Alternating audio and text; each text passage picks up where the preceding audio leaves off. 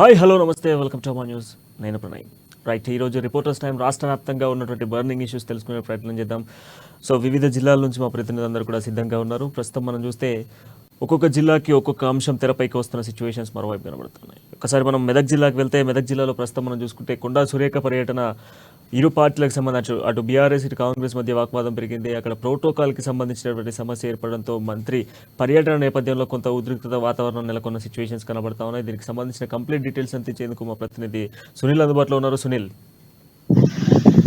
మెదక్ జిల్లాలో మంత్రి కొండా సురేఖ రాష్ట్ర మంత్రి, ఆమె దేవాదాయ శాఖ మంత్రిగా ఉన్నారు. అదేవిధంగా మెదక్ జిల్లా ఇన్ఛార్జ్ మంత్రిగా కూడా కొండా సురేఖ ఉన్నటువంటి పరిస్థితి. ఈ నేపథ్యంలో కొల్చారం, మెదక్ జిల్లాలోని మండల కేంద్రమైనటువంటి కొల్చారంలో మన ఊరు మనబడి కార్యక్రమంలో పాల్గొనేందుకు వచ్చినటువంటి మంత్రికి నర్సాపూర్, అంటే ఇది కొల్చారం మండలం నర్సాపూర్ నియోజకవర్గంలో వస్తుంది. నర్సాపూర్ నియోజకవర్గంలో బీఆర్ఎస్ ఎమ్మెల్యే ఉన్నారు సునీత లక్ష్మారెడ్డి. అయితే సునీత లక్ష్మారెడ్డి కూడా ఈ కార్యక్రమానికి హాజరయ్యారు. ఈ నేపథ్యంలో స్థానికంగా ఉన్నటువంటి కొంతమంది ప్రజాప్రతినిధులు పేర్లు లేవు ఫ్లెక్సీల మీద కానివ్వండి, లేదా శిలాఫలకం మీద, లేదంటే మంత్రి పర్యటనకు సంబంధించినటువంటి షెడ్యూల్లో ఆహ్వాన పత్రికల్లో పేర్లు లేవు అనే కారణం చేత గొడవ ప్రారంభం చేశారు టీఆర్ఎస్ నేతలు. ఈ నేపథ్యంలో మంత్రి రాగానే ఒక్కసారిగా వాళ్ళు కాంగ్రెస్ పార్టీకి వ్యతిరేకంగా నినాదాలు చేయడంతో కాంగ్రెస్ అక్కడ ఉన్నటువంటి కాంగ్రెస్ నేతలు కానివ్వండి, లేదా మంత్రి అనుచరులు కానివ్వండి, స్థానికంగా కాంగ్రెస్ ప్రజాప్రతినిధులు వీరంతా కూడా ఒక్కసారికి ఈ అంశంపై రియాక్ట్ అయ్యారు. బీఆర్ఎస్ కార్యకర్తలను అడ్డుకున్నారు. కింద తోపులాట కూడా జరిగింది. ఈ నేపథ్యంలో మొత్తానికి రసాబస మధ్య అటు సునీత లక్ష్మారెడ్డి కానివ్వండి, ఇటు మంత్రి కొండా సురేఖ ఇద్దరు కూడా ఆ కార్యక్రమాన్ని ప్రారంభించారు. రిబ్బన్ కటింగ్ కూడా చేశారు. స్థానికంగా ఉన్నటువంటి నూతనంగా నిర్మించినటువంటి ఎంపీడీఓ కార్యాలయాన్ని కూడా రిబ్బన్ కట్ చేసి ప్రారంభించారు. కానీ సభాస్థలి ఏర్పాటు చేశారు. సభాస్థలిపైకి వచ్చి మాత్రం ఇద్దరు, అటు ఎమ్మెల్యే కానివ్వండి, ఇటు మంత్రి ఎమ్మెల్యే సునీత లక్ష్మారెడ్డి కానివ్వండి, మంత్రి కొండా సురేఖ ఎవరు కూడా స్టేజ్ పైకి ఎక్కి మాట్లాడేటువంటి ప్రజలు ఉద్దేశించి మాట్లాడలేదు. కేవలం ప్రారంభించారు. గొడవ సద్దుమణిగే పరిస్థితి లేకపోవడంతో ఇద్దరు కూడా, అటు ఎమ్మెల్యే మంత్రి ఇద్దరు కూడా వెళ్లిపోయినటువంటి పరిస్థితి. మొత్తానికి పోలీసులు రంగప్రవేశం చేసి అటు బీఆర్ఎస్ కార్యకర్తలు, ఇటు కాంగ్రెస్ శ్రేణులు కూడా సముదాయించే ప్రయత్నం చేశారు. చాలాసేపటికి దాదాపుగా అరగంట పాటు ఈ తోపులాట ఘర్షణ జరిగింది. తర్వాత కార్యక్రమం ముగిశాక సద్దుమణిగింది. అటు బీఆర్ఎస్ శ్రేణులు కూడా కొంతమందిని పోలీసులు తీసుకెళ్లినటువంటి పరిస్థితి ఉంది. తర్వాత విడిచిపెట్టారు. కాంగ్రెస్ శ్రేణులు కూడా వెళ్లిపోయినటువంటి పరిస్థితి ఉండడంతో మొత్తానికైతే రసాబసా మధ్య ఈ కార్యక్రమం ముగిసిందని మనం భావించవచ్చు. ఎస్ సునీల్, ప్రధానంగా ఒక కార్యక్రమాన్ని ప్రభుత్వం చేపట్టినప్పటికీ కూడా స్థానికంగా ఉన్నటువంటి ఎమ్మెల్యేలు కావచ్చు, లేదంటే మాజీ ఎమ్మెల్యేలకు ఆహ్వానం పంపడము, ప్రతిపక్ష పార్టీలకు సంబంధించినటువంటి నేతలు కూడా ప్రస్తుతం ఏదో ఒక పదవిలో ఉన్నటువంటి సిచ్యువేషన్స్ ఉంటుంది. ఎందుకు కాంగ్రెస్ ప్రోటోకాల్ను పాటించట్లేదు అన్నటువంటి ఆందోళన నేపథ్యంలోనే బీఆర్ఎస్ శ్రేణులు మండిపడ్డారా? అయితే కాంగ్రెస్ ఇచ్చినటువంటి షెడ్యూల్ కానివ్వండి, అధికారికంగా అంటే జిల్లా కలెక్టర్ ఇస్తారు మంత్రి షెడ్యూల్ సంబంధించి. అందులో మాత్రం ఎమ్మెల్యే, బీఆర్ఎస్ పార్టీ ఎమ్మెల్యే ఉన్నప్పటికీ కూడా ప్రోటోకాల్ ప్రకారం ఆమెకు ఆహ్వానం అందింది. అయితే ఎమ్మెల్యే, స్థానికంగా ఉన్నటువంటి ఎమ్మెల్యే మండల అధ్యక్షులకు సమాచారం ఇవ్వాలి, జెడ్పీటీసీలకు సమాచారం ఇవ్వాలి. అయితే బీఆర్ఎస్ లో ఉన్నటువంటి కమ్యూనికేషన్ గ్యాప్, ముఠా తగాదాలు, వాళ్ళకు సమాచారం రాకపోవడం, మా ఎమ్మెల్యే కార్యక్రమం కానివ్వండి, మంత్రి కార్యక్రమం కానివ్వండి, బీఆర్ఎస్ లో ఉన్నటువంటి కమ్యూనికేషన్ గ్యాప్, ముఠా తగాదాలు కానివ్వండి, లేకపోతే గ్రూపుల గోల, ఈ కారణం చేత వాళ్ళకు ఉన్నటువంటి కమ్యూనికేషన్ గ్యాప్ ఎందుకు కారణం కాగా వారు మాత్రం ప్రోటోకాల్ సంబంధించిన అంశం వాళ్ళకి తెలియకపోవడంతో, స్థానిక ప్రజాప్రతినిధులు కొందరు ఆ విషయం తెలియకపోవడంతో మంత్రి మాకు ఆహ్వానించలేదు, మంత్రి మాకు చెప్పలేదు, కలెక్టర్ మాకు చెప్పలేదు అనే వారు వాదనకు దిగారు. కానీ ప్రోటోకాల్ ప్రకారం అట్లా ఉండదు. కేవలం మంత్రి ఆహ్వానం ఉంటుంది. మంత్రికి సంబంధించినటువంటి ఎమ్మెల్యే కూడా ఆహ్వానం ఉంటుంది. నియోజకవర్గ ఎమ్మెల్యే స్థానిక ప్రజాప్రతినిధులకు చెప్పాల్సి ఉంటుంది. కేవలం స్థానికంగా ఉన్నటువంటి గ్రామ ప్రథమ పౌరుడు అయినటువంటి సర్పంచ్ కు మాత్రం ప్రోటోకాల్ ప్రకారం పిలవాల్సి ఉంటుంది. వారికి కూడా ఆహ్వానం ఉంది. కానీ మిగతా ప్రజాప్రతినిధులు అంటే ఎంపీటీసీలు కానివ్వండి, పక్క గ్రామ ప్రజాప్రతినిధులు కానివ్వండి, జెడ్పీటీసీలకు కూడా వారు ఏ పార్టీ నాయకులు, ఏ పార్టీ ఎమ్మెల్యే వాళ్ళకి చెప్పుకోవాల్సిన పరిస్థితి ఉంటుంది. కానీ బీఆర్ఎస్ లో ఉన్నటువంటి గ్రూప్ తగాదాల, కమ్యూనికేషన్ గ్యాప్ కాంగ్రెస్ వైపు వాళ్ళు మళ్లించే ప్రయత్నం చేసినప్పటికీ కూడా మొత్తానికైతే సభ నిర్వహించకపోయినప్పటికీ కార్యక్రమాన్ని మాత్రం మంత్రి ప్రారంభించారు. మంత్రి ఏ కార్యక్రమానికి అయితే వచ్చారో అది దిగ్విజయంగా పూర్తయింది, ప్రారంభించారు. కార్యక్రమం అనంతరం కూడా ఆమె తిరుగుపయనమైనటువంటి పరిస్థితి ఉంది. Right, thank you Sunil. Right, మొత్తానికి మనం చూస్తే కొంత మెదక్ జిల్లాకు సంబంధించి కొంత ఉత్కంఠ కొనసాగిందని చెప్పుకోవాలి. అంటే బీఆర్ఎస్ పార్టీకి సంబంధించినటువంటి తగాదాలు, బీఆర్ఎస్ కావచ్చు, కాంగ్రెస్ పార్టీకి సంబంధించినటువంటి తగాదాలు ఇంకా కంటిన్యూ అవుతున్న సిచ్యువేషన్సే కనబడతా ఉన్నాయి. ఎందుకనంటే ఎక్కడికక్కడ ప్రోటోకాల్కి సంబంధించినటువంటి ఇబ్బందులు ఎదుర్కొంటున్న సిచ్యువేషన్స్ కనబడతా ఉన్నాయి. స్థానికంగా ఉన్నటువంటి నేతల్ని పిలవకుండా కంప్లీట్గా కూడా వాళ్ళకు ఆహ్వానాలు పంపించకుండా కూడా కొంత ప్రెజర్ పెడుతున్న సిచ్యువేషన్స్ కూడా కనబడతా ఉన్నాయి. ఒకవైపు పార్టీలు మారేందుకు ఎమ్మెల్యేల ప్రయత్నాలు కొనసాగిస్తూ ఉన్న నేపథ్యంలో కూడా కొంత తగాదాలు అయితే కంటిన్యూ అవుతున్న సిచ్యువేషన్స్ ప్రతి ప్రాంతంలో కూడా కనబడతా ఉన్నాయి. ఒకవైపు మంత్రి, అదేవిధంగా ఇన్ఛార్జ్ మంత్రిగా మెదక్ జిల్లాకు ఉన్న నేపథ్యంలో కూడా మెదక్ జిల్లాలో కూడా నిరసన సెగలు అయితే ఎగసిపడుతున్న సిచ్యువేషన్స్ అయితే కనబడతా ఉన్నాయి. కొంత మన ఊరు మనబడి అనేటువంటి కార్యక్రమాల నేపథ్యంలో కూడా రాష్ట్ర వ్యాప్తంగా కూడా మంత్రివర్గం అంతా కూడా పర్యటిస్తున్న నేపథ్యంలో ఈ పర్యటనలో భాగంగా కంప్లీట్గా ఎక్కడ పడితే అక్కడ ఇటువంటి నిరసన సెగలు ఎగసిపడుతున్న సిచ్యువేషన్స్ అయితే కనబడతా ఉన్నాయి. ఎందుకంటే ప్రస్తుతం ఉన్నటువంటి సిచ్యువేషన్స్ నేపథ్యంలో కూడా పార్టీలకు సంబంధించినటువంటి నాయకత్వం ఏదైతే స్థానికంగా ఉన్నటువంటి గ్రామ సర్పంచులు కావచ్చు, లేదంటే మండల స్థాయిలో ఉన్నటువంటి ఎంపీపీలు, జెడ్పీటీసీలు కావచ్చు, వీళ్ళందరికీ కూడా ఆహ్వానం ఇవ్వాల్సినటువంటి నేపథ్యంలో కూడా ఎవరికి కూడా ఆహ్వానం పంపించట్లేదు. సో ఆహ్వానం ఇవ్వకపోవడం పట్ల కొంత అసంతృప్తి అయితే ఎదుర్కొంటున్న సిచ్యువేషన్స్ కనబడుతూ ఉన్నాయి. ఇలాంటి నిరసన సెగలు రాష్ట్ర వ్యాప్తంగా కూడా కంటిన్యూ అవుతున్న సిచ్యువేషన్స్ ప్రధానంగా మనకు కనిపిస్తూ ఉన్నాయి. ఎక్కడికక్కడ కూడా ఉత్కంఠ సిచ్యువేషన్స్ కూడా కొనసాగుతున్నాయి. బీఆర్ఎస్ వర్సెస్ కాంగ్రెస్గా మారుతున్నటువంటి కొన్ని పరిణామాలను కూడా మనం రెగ్యులర్గా చూస్తూ ఉన్నాం. ఎక్కడికక్కడ కూడా స్థానికేత నాయకులు కూడా కొంత మొన్న జరిగినటువంటి పార్లమెంట్ ఎన్నికలు కావచ్చు, అంతకుముందు జరిగినటువంటి అసెంబ్లీ ఎన్నికల నేపథ్యంలో కూడా కంప్లీట్గా కూడా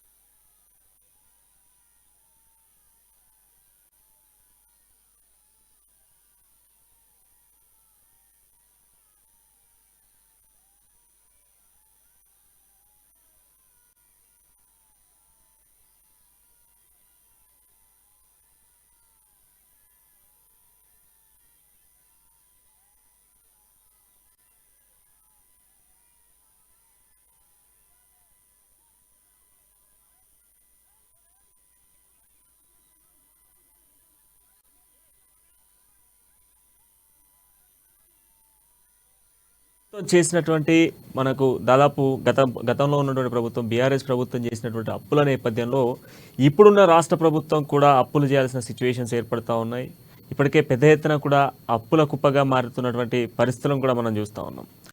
గతంలో దాదాపు 9.5 సంవత్సరాలు పాలించినటువంటి బీఆర్ఎస్ ప్రభుత్వం చేసినటువంటి అనేక పథకాలకు సంబంధించినటువంటి దాంట్లో పూర్తిగా కూడా అప్పుల లోతులను మనం చూస్తూ ఉన్నాం. కంప్లీట్గా కూడా ఇప్పుడు ఏర్పడినటువంటి కాంగ్రెస్ ప్రభుత్వం ఏర్పడిన తర్వాత చేయాల్సినటువంటి అభివృద్ధి కార్యక్రమాలకు కూడా కాంగ్రెస్ పార్టీ అప్పులు చేయాల్సిన సిచ్యువేషన్స్ ఎదుర్కొంటున్న సిచ్యువేషన్స్ మరోవైపు కనబడుతుంటాయి. రాష్ట్రంలో ఇప్పటికే మనం చూస్తూ ఉన్నాం, ఏ పథకాన్ని ఇంప్లిమెంట్ చేయాలన్నా కూడా దాదాపు 1000 కోట్లు వీక్షించాల్సిన సిచ్యువేషన్స్ ఉన్నాయి. ప్రజలకు ఇవ్వాల్సినటువంటి ప్రజలకు ఇవ్వాల్సినటువంటి పథకాలకు సంబంధించిన నేపథ్యంలో కావచ్చు, లేదంటే ఇప్పుడు ఎగ్జాంపుల్ మనం చూసుకుంటే రైతులకు సంబంధించినటువంటి అంశం కావచ్చు, రైతులకు ఇవ్వాల్సినటువంటి రుణమాఫీ లాంటివి కావచ్చు, వీటన్నిటికి సంబంధించి ప్రాజెక్టులు చేయాలన్నప్పటికీ, ఈ పథకాలు ఇంప్లిమెంట్ చేయాలన్నప్పటికీ కూడా రాష్ట్రంపై అధికంగా కూడా బడ్జెట్ పడుతున్న సిచ్యువేషన్స్ కనబడుతూ ఉన్నాయి. దాదాపు లక్షల కోట్ల రూపాయలు వడ్డీలు కట్టాల్సిన సిచ్యువేషన్స్ కూడా ఏర్పడుతూ ఉన్నాయి. అసలు రాష్ట్రంలో జరుగుతున్నటువంటి ఈ సర్కార్కి సంబంధించి మరి 10 ఏళ్లలో బీఆర్ఎస్ ప్రభుత్వం చేసినటువంటి అప్పులకు మరి ఇప్పుడు కొత్తగా కూడా కాంగ్రెస్ పార్టీ అప్పులు చేయాల్సిన సిచ్యువేషన్స్తో పాటుగా ఒకవైపు వడ్డీలు కూడా కట్టాల్సిన సిచ్యువేషన్స్ ఏర్పడుతూ ఉన్నాయి. దీనికి సంబంధించిన కంప్లీట్ డీటెయిల్స్ అందించేందుకు హైదరాబాద్ నుంచి మా ప్రతినిధి రాంబాబు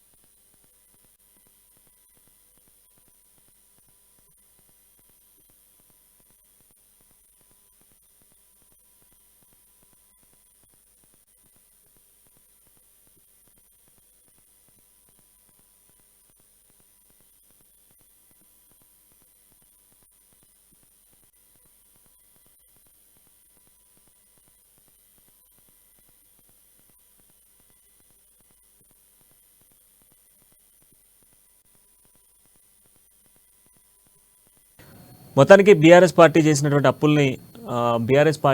అప్పులను తగ్గించుకునేందుకు కంప్లీట్గా కూడా ఇప్పుడున్న సిచ్యువేషన్స్లలో కాంగ్రెస్ మళ్ళీ కూడా అప్పులు చేయాల్సిన సిచ్యువేషన్స్ ఏర్పడుతున్న నేపథ్యంలో అప్పుల భారాన్ని తగ్గించుకునేందుకు కాంగ్రెస్ ప్రయత్నాలు కొనసాగిస్తూ ఉంది. దీనికి సంబంధించిన కంప్లీట్ డీటెయిల్స్ అందించేందుకు మా ప్రతినిధి రాంబాబు అందుబాటులో ఉన్నారు. రాంబాబు,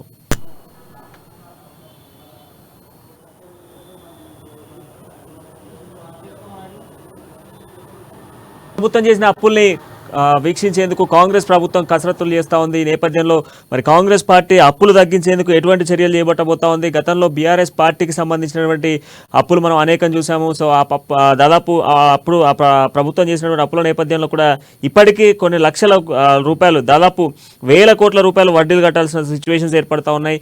మరి ఈ అప్పుల భారాన్ని అదేవైపు మనం చూస్తే పెరుగుతున్నటువంటి భారాన్ని తగ్గించుకునేందుకు కాంగ్రెస్ ప్రభుత్వం ఏం చేయబోతా ఉంది? ఎలాంటి ఇంప్లిమెంటేషన్స్ తీసుకురాబోతా ఉంది? ప్రణయ్, గత బీఆర్ఎస్ ప్రభుత్వం చేసినటువంటి అప్పుల భారాన్ని ప్రస్తుతం ఉన్నటువంటి కాంగ్రెస్ ప్రభుత్వం మోస్తున్నామని చెప్పేసి ప్రభుత్వం చెబుతా ఉన్నది. గత ప్రభుత్వం చేసినటువంటి 7 లక్షల కోట్ల రూపాయలకు సంబంధించినటువంటి అప్పులను ప్రతి నెల 38,040 కోట్ల రూపాయలను కేవలం వడ్డీల రూపాయలు మాత్రమే చెల్లించాల్సిన పరిస్థితి ఏర్పడదని చెప్పేసి కాంగ్రెస్ పార్టీ ప్రభుత్వం అయితే చెప్తా ఉన్నది. దీనికి సంబంధించినటువంటి ఆర్థిక శాఖ దీనిపైన ఇప్పటికే ఈ యొక్క అప్పులకు సంబంధించినటువంటి గత ప్రభుత్వం చేసినటువంటి అప్పులు ప్రస్తుతం వచ్చినాక కూడా కాంగ్రెస్ గవర్నమెంట్ వచ్చినాక 199 రోజుల్లో 25,118 కోట్ల రూపాయల అప్పులు కూడా చేయడం జరిగింది. అంటే గతంలో ఉన్నటువంటి అప్పులకు తోడు ప్రస్తుతం 25,118 కోట్ల కూడా అప్పులను కూడా చేసినటువంటి పరిస్థితి ఏర్పడుతూ ఉన్నది. అంటే గతంలో మిగుళ్ళు ఏమాత్రం కూడా లేకుండా ఉన్నకాడికి మొత్తం కూడా బీఆర్ఎస్ ప్రభుత్వం ఖర్చు చేసినటువంటి నేపథ్యంలో ప్రస్తుతం ప్రభుత్వాన్ని నడిపించడం కొరకు అపసోపాలు పడాల్సిన పరిస్థితి రాష్ట్ర ప్రభుత్వానికి దాపురించింది. ఈ నేపథ్యంలో నేటి కాంగ్రెస్ పార్టీ దీనిపైన ఒక ప్రణాళికబద్ధంగా ముందుకెళ్లాలని చెప్పేసి భావిస్తూ ఉన్నది. ఒక క్రమశిక్షణ కలిగినటువంటి ఆర్థిక వ్యవస్థను రూపొందించాలని చెప్పి దానికి సంబంధించినటువంటి విషయంలో ఒక ప్రణాళికబద్ధంగా ముందుకెళ్లాలని, అందుకోసమే ఇటు ఆర్థిక శాఖ మంత్రి బట్టి విక్రమార్క నేతృత్వంలో ఇటు వివిధ శాఖలతోటి కూడా సమావేశాలు ఏర్పాటు చేయాలని చెప్పేసి భావిస్తోంది. ఇప్పటికే 21వ తారీఖు నాడు జరగబోయేటువంటి ఈ యొక్క కేబినెట్ భేటీలో దీనికి సంబంధించినటువంటి అంశం పైన మాట్లాడేటువంటి అవకాశం ఉన్నది. ఈ యొక్క అప్పులను ఏ విధంగా అధిగమించాలని చెప్పి దానిపైన అప్పులు తోటి ఏ విధంగా సోర్స్ అంటే ఆస్తులను పెంచాలి, లేకపోతే అప్పులతోటి ఏ విధంగా ఆదాయాన్ని పెంచాలని చెప్పి దానిపైన కూడా ప్రభుత్వం అయితే ఆలోచన చేస్తుంది. ఆ వైపుగా ఇప్పటికే గత ప్రభుత్వం చేసినటువంటి అప్పులు ప్లస్ అసలు అంటే వడ్డీలను ప్లస్ అసలు మొత్తం తీర్చడంతో పాటు తెచ్చినటువంటి అప్పులతోటి ఆదాయాన్ని సృష్టించేటువంటి మార్గాలను కూడా దానికి సంబంధించినటువంటి విధి విధానాలను రూపొందించాలని చెప్పేసి ప్రభుత్వం భావిస్తున్నది. కేబినెట్ సమావేశంలో దీనికి సంబంధించినటువంటి అంశం పైన అందరి మంత్రులతో కూడా సమీక్షగా చర్చించిన తర్వాత దీనిపైన ఒక తుది రూపం దాల్చేటువంటి అవకాశం కనపడుతూ ఉంది. గతంలో కూడా ఇటు 2024-25 ఓటాన్ అకౌంట్ బడ్జెట్లో కూడా మొత్తం 59,625 కోట్ల రుణాలను కూడా అప్పటి అంటే ఎన్నికలకు ముందు ఓటాన్ అకౌంట్ బడ్జెట్లో రూపొందించినా కానీ దానికి సంబంధించినటువంటి ఈ యొక్క 10 ఏళ్లలో చేసినటువంటి అప్పులకు కేవలం నెలకు వడ్డీలను 38,040 కోట్ల రూపాయల అప్పులను చెల్లించడం అయితే ఇది తప్పనిసరి పరిస్థితిలో కాంగ్రెస్ ప్రభుత్వం గత్యంతరం లేక మళ్ళీ అప్పులు తీసుకోవాల్సినటువంటి పరిస్థితి దాపురించింది. ఈ అప్పులకు సంబంధించినటువంటి వ్యవహారంలో ఇటు రాష్ట్ర ప్రభుత్వం సీరియస్గా ఉన్నది. ఇటు కాంగ్రెస్ ప్రభుత్వం కూడా వచ్చి రాగానే అంటే గతంలో అంటే ఎన్నికల హామీలు ఏదైతే వాళ్ళ మేనిఫెస్టోలో ఇచ్చినటువంటి అనేక పథకాలకు సంబంధించినటువంటి హామీలకు సంబంధించినటువంటి అంశంలో వీటన్నిటిని అమలు చేయాల్సినటువంటి బాధ్యత ఉందని చెప్పి వీటికి సంబంధించి ఇప్పటికే రాష్ట్ర ప్రభుత్వం ప్రణాళికాబద్ధంగా ముందుకెళ్తా ఉన్నది. ప్రాధాన్యత పరంగా ఒక్కొక్క పథకాన్ని ఇంప్లిమెంటేషన్ చేయాలని చెప్పేసి భావిస్తున్నది. ఒకవైపు ఇచ్చినటువంటి 6 గ్యారెంటీలు వివిధ పథకాలు అమలు చేయాలని చెప్పేసి ఇప్పటికే ప్రతిపక్షాలు పెద్ద ఎత్తున ఆందోళన చేస్తున్నటువంటి పరిస్థితి ఏర్పడ్డది. మరొకవైపు ప్రతిపక్షాలు కూడా విమర్శలు చేస్తూ ఉన్నాయి. 100 రోజుల్లో ఏ ఒక్క హామీ నెరవేర్చలేదని చెప్తున్నది. కానీ కాంగ్రెస్ ప్రభుత్వం మాత్రం వచ్చినటువంటి 100 రోజుల్లోనే ఇచ్చినటువంటి అనేక హామీలను నెరవేర్చామని చెప్పి ఆ తర్వాత వెంటనే 3 నెలల కాలం పార్లమెంట్ ఎన్నికలకు సంబంధించినటువంటి నోటిఫికేషన్ రావడంతో ఎన్నికల కోడ్ తోటి కొన్ని పనులు ముందు పడలేదు. కాబట్టి వెంటనే ఈ యొక్క క్యాబినెట్ సమావేశం ఎన్నికల కోడ్ అయిపోయిన తర్వాత ఆ క్యాబినెట్ సమావేశం నిర్వహిస్తున్నారు. కాబట్టి ఈ క్యాబినెట్ సమావేశంలో వివిధ ఆర్థిక శాఖతోటి వివిధ శాఖలతోటి భేటీ అయిన తర్వాత ఏ శాఖకు ఎంత కేటాయింపులు చేయాలని చెప్పి దానిపైన కూడా ఎంత మేరకు అప్పులు ఉన్నాయని దానిపైన ఒక నిర్ణయం కూడా అంటే మొత్తం సమాచారాన్ని తీసుకున్నటువంటి అవకాశం ఉంది. ఆ తర్వాత దీనిపైన ఈ అప్పులను పూడ్చడం కొరకు ఏ విధంగా ముందుకెళ్ళాలి, దాని తర్వాత సంపదను ఏ విధంగా సృష్టించాలనే దానిపైన కూడా రాష్ట్ర ప్రభుత్వం ముందుకెళ్తా ఉంది. మొత్తానికైతే గతంలో ఇచ్చినటువంటి అంటే గత బీఆర్ఎస్ చేసినటువంటి అప్పులు దాంతోపాటుగా ప్రస్తుతం కాంగ్రెస్ పార్టీ ప్రభుత్వం 199 రోజులు చేసినటువంటి అప్పులు ఇప్పుడు వివిధ పథకాలను అమలు చేయడం కొరకు చేసేటువంటి వివిధ అప్పులు దానికి సంబంధించినటువంటి సంపదను సృష్టించడం కొరక లేకపోతే ఈ యొక్క రుణమాఫీ కానీ లేకపోతే వివిధ పథకాలను అమలు చేసేందుకు బ్యాంకర్ల దగ్గర రుణాలు తీసుకోవడమా లేకపోతే ఆస్తులను ఏమైనా తనఖా పెట్టడమా లేకపోతే ఏ విధంగా వనరులను సమీకరించాలని దాని ఆర్థిక స్థితిని మెరుగుపరచుకోవడం కొరకు ప్రభుత్వం వివిధ ఆలోచనలు చేస్తుంది. ఈ ఆలోచనలను అనుగుణంగానే ముందుకెళ్ళి క్యాబినెట్లో ఒక నిర్ణయం తీసుకొని అయితే రాష్ట్ర ప్రభుత్వం అయితే అప్పుల నుండి బయటపడేందుకు ముఖ్యంగా ఈ యొక్క పథకాలను అమలు చేసేందుకైతే ఒక కార్యరూపం దాల్చేందుకైతే ఈ యొక్క క్యాబినెట్లో చర్చించేటువంటి అవకాశం ఉంది. ప్రణయ్. ఎస్ రాంబాబు, ఇంకొకటి ప్రధానంగా మనం మాట్లాడుకుంటే ప్రజలపై భారం పడుతున్న నేపథ్యంలో దాదాపు అదనం భారాలు కూడా పడుతూ ఉన్నాయి గత ప్రభుత్వం చేసినటువంటి అప్పుల నేపథ్యంలో. సో నిన్న కూడా సీఎం మరికొందరు ప్రైవేట్ కంపెనీస్కి సంబంధించిన ప్రజాప్రతినిధులతో మాట్లాడే ప్రయత్నం చేశారు. సో ప్రైవేట్ కంపెనీస్ ఇలాంటి ఇండస్ట్రీస్ని తెచ్చి కొంత ఆర్థిక భారాన్ని తగ్గించేందుకు ప్రయత్నాలు కొనసాగిస్తున్నారని చెప్పుకోవచ్చా? ఎస్ ప్రణయ్, ఇప్పటికే విదేశీ పర్యటనలో ముఖ్యమంత్రి రేవంత్ రెడ్డి ఇతర మంత్రులు దుద్దిళ్ల శ్రీధర్ బాబు ఇద్దరు కలిసి కూడా విదేశీ దావోస్ పర్యటనకు వెళ్ళడం జరిగింది. అక్కడ కూడా సుమారుగా 40,000 కోట్లకు పైగా పెట్టుబడులను అయితే సేకరించడం జరిగింది. దానికి సంబంధించి ఇప్పటికే ఆ పెట్టుబడులకు సంబంధించినటువంటి తెలంగాణలో ముఖ్యంగా హైదరాబాద్ నగరంలో ఈ యొక్క కార్యరూపం దాల్చేటువంటి అవకాశం ఉంది. ఒకవేళ ఈ యొక్క పెట్టుబడులకు సంబంధించి కానీ లేకపోతే మూసీ రివర్ డెవలప్మెంట్కి సంబంధించినటువంటి అంశంలో పెట్టుబడులు కనుక వస్తాయి, ఈ యొక్క మూసీ రివర్ డెవలప్మెంట్ తోటి కొంత దీన్ని పర్యాటక రంగాన్ని దానికి అనుసంధానం చేస్తే కొంత ఆదాయం వచ్చేటువంటి వనరులను కూడా పరిశీలన చేస్తూ ఉంది. మరొక వైపు పెట్టుబడుల రూపంలో వచ్చేటువంటి ఆదాయం కానీ దాంతోపాటు నిన్న కూడా వివిధ పెట్టుబడి సంస్థలతోటి వివిధ విదేశీ సంస్థలతోటి సమావేశమైనటువంటి ముఖ్యమంత్రి ఆ దిశగా రాష్ట్ర ప్రభుత్వం అప్పుల నుండి బయటపడేసేందుకైతే ఒక పకడ్బందీగా ప్రణాళికాబద్ధంగా వివిధ నిపుణులతోటి చర్చించుకుంటూ ముందుకెళ్తా ఉన్నారు. గత ప్రభుత్వం చేసినటువంటి 7 లక్షల కోట్ల రూపాయల అప్పుల నుండి అధిగమించేందుకు ముఖ్యంగా ప్రజలపైన ఎలాంటి భారం పడకుండా ఇప్పటికే వివిధ అప్పుల భారంతో ఉన్నటువంటి ప్రజలపైన మరొక పిడుగు లాంటి ఈ రాష్ట్ర ప్రభుత్వానికి సంబంధించినటువంటి ఈ యొక్క అప్పుల భారాన్ని పడేయకూడదని చెప్పేసి భావిస్తున్నది. అందుకుగానే ఈ యొక్క విదేశీ కంపెనీలతో పెట్టుబడుల రూపంలో కానీ లేకపోతే ఈ పెట్టుబడుల ద్వారా వచ్చేటువంటి ఆదాయం దాంతోపాటుగా ఉపాధి కల్పన ఇవన్నీ కూడా ఈ యొక్క రాష్ట్రానికి అభివృద్ధికి ఉపయోగపడుతుందని చెప్పేసి రాష్ట్ర ప్రభుత్వం ముఖ్యమంత్రి భావిస్తున్నారు. ఈ పెట్టుబడులను ఆకర్షించడంలో ఉద్దేశం అదే. దాంతోపాటుగా నిన్న కూడా విదేశీ కంపెనీలతో దావోస్ పర్యటన కాదు, లండన్ పర్యటన, ఇవన్నీ పర్యటనలో కూడా అనేక పెట్టుబడులను ఆకర్షించినటువంటి ముఖ్యమంత్రి ఈ యొక్క అప్పుల నుండి కొంత బయటపడేందుకైతే ఈ యొక్క పెట్టుబడులు ఉపయోగపడతాయని చెప్పేసి భావిస్తూ ఉన్నారు ప్రణయ్. రాబాబు, ఫైనల్గా ఇంకొక పాయింట్ ఏంటంటే ఇప్పుడు ఈ నెల 21న క్యాబినెట్ జరగబోతా ఉంది. క్యాబినెట్ సమావేశం నేపథ్యంలో కూడా ఇప్పుడున్నటువంటి సిచ్యువేషన్స్లో ఇప్పటికే వివిధ శాఖలకు సంబంధించినటువంటి మంత్రులతో ఆల్రెడీ రేవంత్ రెడ్డి మాట్లాడుతూ ఉన్నారు. ప్రస్తుతం ఉన్నటువంటి సిచ్యువేషన్స్లో ఏ శాఖ నుంచి ఎంత ప్రతి నెలకు సంబంధించినటువంటి ఆర్థికంగా ఎంత రాబడి ఉంటుంది, దాంతోపాటుగా ఇంకా ఎక్కడి నుంచి సోర్సెస్ ఉన్నాయన్న దానిపైన కూడా చర్చలు కొనసాగినట్టుగా తెలుస్తూ ఉంది. ఈ నెల 21న జరగబోతున్నటువంటి క్యాబినెట్కి సంబంధించినటువంటి అంశంలో కూడా రాష్ట్ర ఆర్థిక పరిస్థితికి సంబంధించినటువంటి అంశాలకు కూడా తెరపైకి తీసుకొచ్చేటువంటి అవకాశాలు కనిపిస్తూ ఉన్నాయా? ప్రణయ్, రాష్ట్ర ఆర్థిక శాఖ మంత్రి డిప్యూటీ సీఎం బట్టి విక్రమార్క నేతృత్వంలో ఆర్థిక శాఖ ముఖ్య కార్యదర్శి రామకృష్ణారావుతో కలిసి వివిధ శాఖలకు సంబంధించి ఒక్కొక్కరిగా శాఖాపరంగా అన్ని శాఖలతోటి, అంటే వివిధ మంత్రుల దగ్గర ఉన్నటువంటి ప్రతి ఒక్క శాఖతోటి కూడా బట్టి విక్రమార్క అయితే సమావేశం కానున్నారు. ఈ సమావేశంలో ఆ యొక్క శాఖలకు సంబంధించినటువంటి అప్పులు, అదేవిధంగా దానికి సంబంధించినటువంటి పథకాలకు సంబంధించినటువంటి ఎంతంత అవసరం అనే దానిపైన కూడా ఏ యొక్క పథకానికి అంటే ప్రాధాన్యత పరంగా ఎంత అవసరం ఉందని చెప్పేసి దాన్ని పరిగణలోకి తీసుకొని ఉన్నటువంటి ఆదాయాన్ని, దాంతోపాటుగా ప్రభుత్వం దగ్గర ఉన్నటువంటి ఖజానాను ఏ విధంగా ఉపయోగించాలనే దానిపైన ఒక పద్ధతిగానైతే ఈ యొక్క ప్రణాళిక అంటే ప్రాధాన్యత పరంగా వాటికి కేటాయింపులు చేసేటువంటి అవకాశం ఉంది. ఈ కేటాయింపుల్లో ప్రధానంగా ఇటు ముఖ్యంగా అయితే ముఖ్యమంత్రి చెప్పిన దాని ప్రకారం వ్యవసాయ రంగానికి ప్రథమ ప్రాధాన్యత ఇచ్చేటువంటి అవకాశం ఉంది.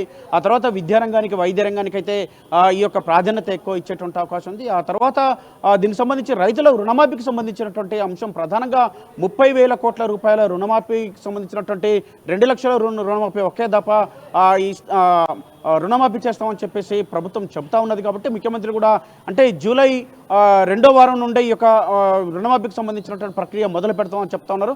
ఆగస్టు 15 వరకు కంప్లీట్ చేస్తామని కూడా ముఖ్యమంత్రి చెప్పినటువంటి నేపథ్యంలో ఇటు 30,000 కోట్లు, మరొక వైపు రైతు భరోసా కంటే పెట్టుబడి సాయం కింద 7,000 కోట్ల రూపాయలను కూడా ఇచ్చేందుకైతే ప్రభుత్వం సిద్ధంగా ఉంది. కాబట్టి ఈ 37,000 కోట్లు దాంతోపాటుగా వ్యవసాయ రంగానికి, విద్యా రంగానికి, వైద్య రంగానికి, ఈ 3 రంగాలకు ప్రథమ ప్రాధాన్యతగా ఈ కేటాయింపులు అయితే ఉండేటువంటి అవకాశం ఉంది. అందుకనే శాఖలకు సంబంధించినటువంటి అధికారులతోటి, ఆ యొక్క శాఖలకు సంబంధించినటువంటి మంత్రులతోటి కూడా విడివిడిగా సమావేశమై దానికి సంబంధించినటువంటి కేటాయింపులు అవసరాలను కూడా గుర్తించేటువంటి అవకాశం ఉంది ప్రణయ్.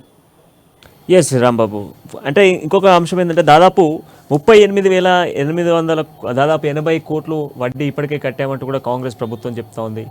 సో ఇప్పటికే ఆర్థిక భారాన్ని కూడా మోస్తూ ప్రజలపై భారం మోపాల్సిన సిచ్యువేషన్స్ కూడా ఏర్పడుతున్నాయంటూ కూడా ప్రభుత్వం చెప్పుకుంటూ వస్తుంది. ఇప్పటికే ప్రభుత్వం ఇంప్లిమెంట్ చేసినటువంటి అటు ఫ్రీ బస్ సర్వీస్ కావచ్చు, లేదంటే విద్యుత్కి సంబంధించినటువంటి అంశాలు కావచ్చు, మనకు ఏదైతే గ్యాస్ సిలిండర్లకు సంబంధించినటువంటి అంశం కావచ్చు, లేదంటే CMRFకి సంబంధించినటువంటి అంశాలు, వీటన్నిటిపైన కూడా కొంత ఆర్థికంగా కూడా ఇబ్బంది పడుతున్నటువంటి ప్రభుత్వం సర్కార్ను ఇంకా కొంత ముందుకు తీసుకెళ్లే ప్రయత్నం చేస్తాం. సో ఇప్పుడు ఈ క్యాబినెట్ సమావేశం తర్వాత, ఈ రైతుల రుణమాఫీ తర్వాత కొంత పుంజుకునేటువంటి అవకాశాలు కనబడతా ఉన్నాయా? మరికొంత బడ్జెట్లు పెరిగేటువంటి, తెలంగాణలో మరింత బడ్జెట్ పెరిగేటువంటి అవకాశాలు కనబడుతున్నాయా? తప్పకుండా, ఎందుకంటే ప్రథమ ప్రాధాన్యతగా విద్య, వైద్యం, వ్యవసాయ రంగానికి కేటాయింపులు ఉంటాయని చెప్పినటువంటి ధర్మిలోనే ఇప్పటికే ఇటు LOCలో ఎక్కడైతే అత్యవసరం అనుకునేటువంటి సందర్భంలో ఇటు ఎవరైతే పేషెంట్లకు సంబంధించినటువంటి వైద్య రంగానికి సంబంధించినటువంటి కేటాయింపులు వెంటనే నిధులు కూడా విడుదల చేయడం జరుగుతూ ఉంది. మరొక వైపు రాష్ట్ర ప్రభుత్వం ఎక్కడ కూడా వైద్య రంగానికి ఎక్కడ కూడా ఇబ్బందులు జరగకుండా చూసుకోవాలని చెప్పేసి భావిస్తున్నాను. అందుకని ఇప్పటికే ఆరోగ్యశ్రీని 5 నుండి 10 లక్షలకు పెంచడమే కాకుండా ఎక్కడ కూడా ఇబ్బంది రాకుండా ఉండేందుకు ప్రభుత్వం వైద్య రంగానికి అయితే నిధులు కేటాయింపులు చేస్తూ ఉన్నది. మరొక వైపు విద్యారంగానికి కూడా ఇటు ఇప్పటికే విద్యా సంవత్సరం ప్రారంభంలోనే ఇటు పాఠశాలల్లో మౌలిక వసతుల కల్పన కానీ, లేకపోతే పాఠ్యపుస్తకాలు కానీ, అదేవిధంగా వారికి దుస్తులు, షూస్ ఇట్లాంటి అనేక వసతులను కల్పించేందుకు ఎన్నడూ లేని విధంగా ఈ రాష్ట్ర ప్రభుత్వం అయితే గతంలో అనేక విద్యార్థి సంఘాలు పాఠశాలలు ప్రారంభోత్సవాలను పెద్ద ఎత్తున ఆందోళన చేసివి. అలాంటి పరిస్థితి లేకుండానే ముందుగానే రేవంత్ రెడ్డి సర్కార్ అయితే దీనిపైన దృష్టి సారించింది. ఇప్పటికే ఆ దిశగా నిధులు కూడా విడుదల చేయడంతో పాటు వాళ్ళకు పాఠ్యపుస్తకాలు, దుస్తులు కూడా కేటాయింపులు చేసింది. మరొక వైపు వైద్య రంగానికి కూడా ఎక్కడ కూడా కేటాయింపుల్లో అన్యాయం జరగకుండా, అంటే ఇబ్బందులు రాకుండా ఉండేందుకైతే చూస్తూ ఉన్నది. దాంతోపాటుగా ఈ యొక్క క్యాబినెట్ భేటీలో మాత్రం అత్యంత ప్రాధాన్యతమైనటువంటి అంశాలని దృష్టిలో పెట్టుకొని ఈ యొక్క కేటాయింపులు చేస్తూ ముందుకెళ్లాలని చెప్పేసి ఈ యొక్క భారాన్ని మరింత కాకుండా అప్పుల భారాన్ని తగ్గించుకునేందుకైతే తదనుగుణంగా ఆదాయాన్ని పెంచుకునేందుకు సోర్సును కూడా ఏర్పాటు చేసుకుంటా ఉంది, ఆదాయాన్ని పెంచేటువంటి మార్గాలను కూడా అన్వేషిస్తూ ఉంది. Pranay. Yes, thank you Rambabu. Right, ఇప్పటిదాకా రాంబాబు చెప్పినట్టుగానే తెలంగాణ రాష్ట్రానికి సంబంధించినటువంటి రైతాంగం విషయంలో కొంత ప్రభుత్వం ఫోకస్ పెట్టినట్టుగా తెలుస్తూ ఉంది. మరోవైపు పొంగులేటి శ్రీనివాసరెడ్డి కూడా ఇప్పటికే వచ్చే నెల దాదాపుగా కూడా వచ్చే నెల నుంచి రైతులకు సంబంధించినటువంటి 2 లక్షల రుణమాఫీ చేసేందుకు సర్వత్రా ఏర్పాట్లు సర్కారు చేస్తుందంటూ కూడా మాట్లాడుతున్న సిచ్యువేషన్స్ కనబడతా ఉన్నాయి. రాబోతున్న 5 ఏళ్లలో ఖచ్చితంగా కూడా ఇందిరమ్మ ఇండ్లను కూడా అందరికీ అందజేస్తామంటూ కూడా పొంగులేటి శ్రీనివాసరెడ్డి మాట్లాడుతున్న సిచ్యువేషన్స్ కనబడుతున్నాయి. దీనికి సంబంధించిన కంప్లీట్ డీటెయిల్స్ అందించేందుకు మా ప్రతినిధి ఖమ్మం నుంచి ఉపేందర్ అందుబాటులో ఉన్నారు. ఉపేందర్. ప్రణయ్, రాష్ట్ర రెవెన్యూ శాఖ మంత్రి పొంగులేటి శ్రీనివాసరెడ్డి ఖమ్మం జిల్లా వ్యాప్తంగా విస్తృతంగా పర్యటిస్తా ఉన్నారు. ప్రధానంగా పాలేరు నియోజకవర్గం నుంచి అత్యంత భారీ మెజార్టీతో గెలిచినటువంటి పొంగులేటి శ్రీనివాసరెడ్డి నియోజకవర్గ ప్రజలని అందరినీ కూడా అంటిపెట్టుకొని వివిధ రకాల సమస్యలు కూడా పరిష్కారం దిశగా రకమైన కృషి చేస్తా ఉన్నారు. దాదాపు 4 మండలాలకు సంబంధించి ప్రజలందరికీ అందుబాటులో ఉండే విధంగా ఆయన రోజుకో మండలాన్ని పర్యటన చేస్తూ ప్రతి గ్రామంలో ఉన్న ప్రతి ప్రజానీకం యొక్క సమస్యని స్వయంగా వెళ్ళి తెలుసుకోవడం కోసం అతనే ప్రత్యక్షంగా ఫీల్డ్ లో వెళుతా ఉన్నారు. ఈ నేపథ్యంలో ఖమ్మంకు సంబంధించినటువంటి ప్రధానమైనటువంటి కేంద్రంగా జరిగినటువంటి ఒక ఐజేయు జర్నలిస్ట్ యూనియన్ సమావేశంలో కావచ్చు, అదే నేపథ్యంలో ఆ పాలేరు నియోజకవర్గంలో వివిధ గ్రామాల్లో జరిగినటువంటి సభలో పొంగులేటి శ్రీనివాసరెడ్డి కీలకమైనటువంటి అంశాలు కూడా తీసుకొచ్చారు. ప్రధానంగా గత ఎంతో కాలంగా గత ప్రభుత్వం హయాంలో చేయనటువంటి పనులు ఖచ్చితంగా చేసి తీరుతామని చెప్పి హామీ ఇచ్చి ఎన్నికల్లో భారీ మెజార్టీతో గెలిచినటువంటి కాంగ్రెస్ పార్టీ ప్రస్తుతం రుణమాఫీకి సంబంధించినటువంటి అంశాన్ని ప్రధానంగా ఫస్ట్ ఛాలెంజ్ గా తీసుకుంది. ఈ నేపథ్యంలో ఆగస్టు 15 లోపు మొత్తం రుణమాఫీని పూర్తి చేయాలని చెప్పే కాన్సెప్ట్ తోటి ప్రధానంగా ప్రస్తుతం 50,000 లక్షన్నర మొత్తం ఇట్లా మూడు దఫాలుగా రుణమాఫీ కార్యక్రమం చేపట్టేసి ప్రజలకి ప్రధానంగా రైతులకు ఎటువంటి సమస్య కూడా లేకోకుండా వారికి ఇచ్చిన హామీ నిలబెట్టేందుకోసం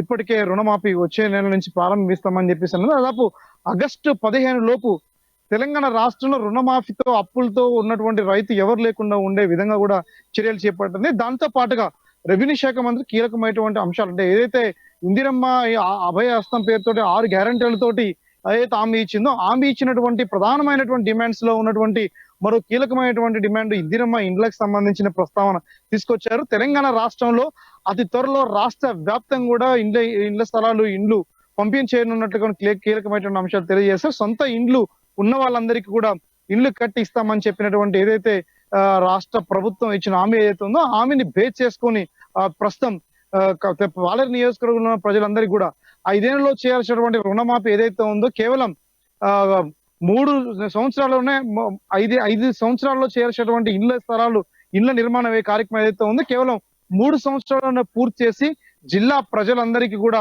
ప్రధానంగా పాలేరు నియోజకవర్గ ప్రజలందరికీ ఇల్లు లేని వ్యక్తిగా ఉండకుండా విధంగా చర్యలు చేపడతామని చెప్పేసి నియోజకవర్గ వ్యాప్తంగా కూడా కేంద్రంగా రాష్ట్ర వ్యాప్తంగా ప్రజలకు ఆయన భరోసా ఇచ్చారు. దీంతో పాటు అంటే పాలేరు నియోజకవర్గంలో ఉన్నటువంటి ప్రతి గ్రామంలో ప్రతి ప్రాంతంలో ప్రధానమైన డ్రైనేజీ సీసీ రోడ్డు నిర్మాణం కోసం చేయాల్సిన కృషిని గురించి ప్రధానంగా ప్రస్తావన తీసుకొచ్చేసి కూడా తన అభిప్రాయాన్ని తన మీటింగ్ లో వివిధ రూపంలో హామీ కూడా ఇచ్చినట్టుగా మనకు స్పష్టంగా తెలుస్తుంది.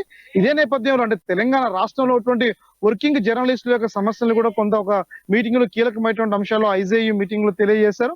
మాకు అక్రిడేషన్ సంబంధించి కూడా 3 మంత్స్ పాటు రెన్యువల్ ఎక్స్టెన్షన్ చేస్తామని చెప్పేసి అన్నారు. రానున్న రోజుల్లో ఆరోగ్య బీమా కావచ్చు, జీత బీమా అంశంలో కూడా కీలకమైనటువంటి నిర్ణయాలు తీసుకుంటాం. ఇతర రాష్ట్రంలో ఉన్న పరిస్థితిని తెలంగాణ రాష్ట్రంలో ఉన్న పరిస్థితిని కూడా 2 మెలవింపు చేస్తూ ముందుకు పోతాం అని చెప్పేసి కూడా కీలకంగా చెప్పారు.